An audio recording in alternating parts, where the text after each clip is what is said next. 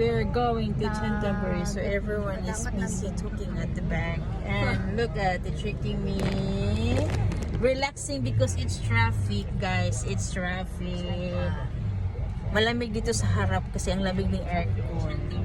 Everyone is ready to go where? In Canterbury. Yay!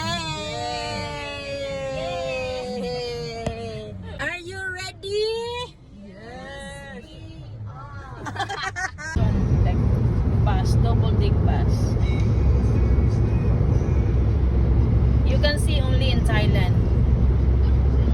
Yeah. Hello guys, good morning. Mag-ano ka lang guys, mag-count me in lang kayo dito sa sa video na to. Re-resbakan ko kayo. So, dapat mag-support tayo sa kapwa content creator guys. Let's go. Good morning everyone. Thank you for the support guys. Thank you for the followers, the kapwa content creator.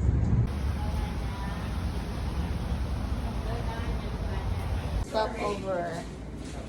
So, bumibili kami ng pang-snack habang nagta-travel. Stop over. Come here, please. So, nandito kami sa Bellini. Nag-stop over kami kasi gusto namin uminom ng coffee habang nagbabiyahe kasi yung biyahe namin is like 4 to 5 hours. So, bili kami ng mga bread, snack habang nagbiyahe kasi yung sticky rice kanina ubos na, gutom na naman. Ay nako, itong alaga ko sa tiyan palagi naghahanap ng pagkain. Paano tayo papayat nito? Have you tried this one? This like I will try. ah, you done? Oh yeah, we tried already this. Aroyไหม Man, okay you. Try. Okay you.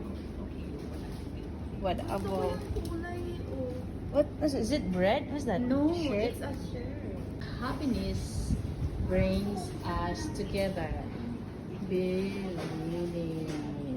Ito yung mga bread nila, 2 peraso, pwede 65. Yan.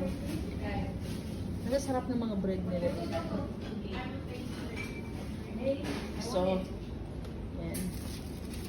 So, nag-stop over ang mga mahilig kumain ng bread saka mahilig ng coffee. Ayan, namimili na ako. Yan ang mga bata. Everyone, this is only in Thailand. Eating while driving. So, saan ba kayo makakita ng ganyang buhay? Eating while driving. You do that. Yeah, and in the Philippines, no. Because like here in Thailand, we use sticky rice with like crispy pork. So, we save our time traveling while eating. Let's eat.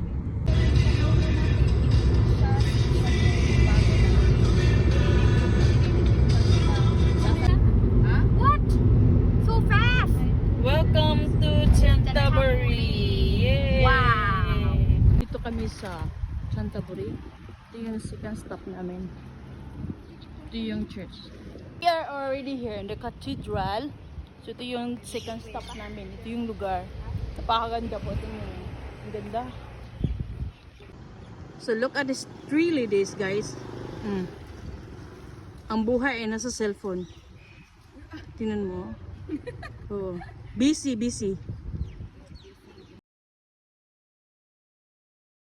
Guys, sa cathedral. Ito yung Catholic Church. So nito